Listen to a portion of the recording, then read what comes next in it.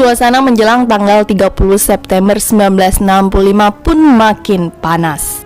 Di samping itu, banyak misteri-misteri dan hal unik yang tidak banyak diketahui publik secara luas. Kisah yang menarik dan mengharukan serta memiliki nilai pembelajaran yang sangat luar biasa.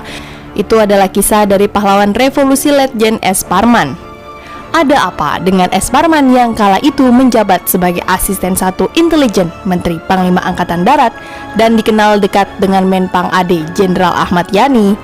S. Parman adalah anak keempat dari 11 bersaudara yang dilahirkan di Wonosobo, Jawa Tengah tanggal 4 Agustus 1918. Setelah Indonesia merdeka, Parman memilih dunia militer sebagai tempat pengabdiannya kepada negara, sampai akhirnya tahun demi tahun karirnya terus menanjak hingga diangkat menjadi asisten 1 Menpang AD bidang intelijen dengan pangkat Brigadir Jenderal. Pada saat memegang jabatan sebagai asisten 1 bidang intelijen, pengaruh PKI sudah meluas ke hampir seluruh bidang kenegaraan.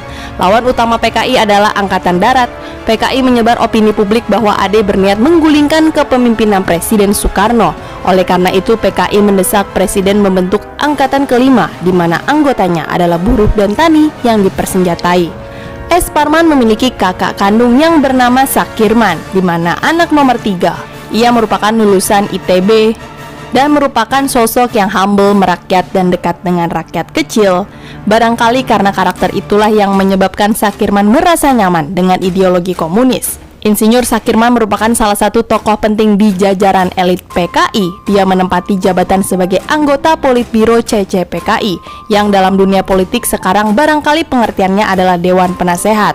Antara Sakirman dan S. Parman seringkali terlibat debat sesuai dengan pandangan masing-masing. 1 bulan sebelum meletusnya peristiwa G30 SPKI, Sakirman menelpon Parman untuk menyikapi suhu politik nasional yang semakin memanas. Keduanya saling menyampaikan pendapat masing-masing. Mereka juga sama-sama mengkhawatirkan kemungkinan Inggris melakukan serangan kepada Indonesia sebagai bentuk dukungan kepada Malaysia.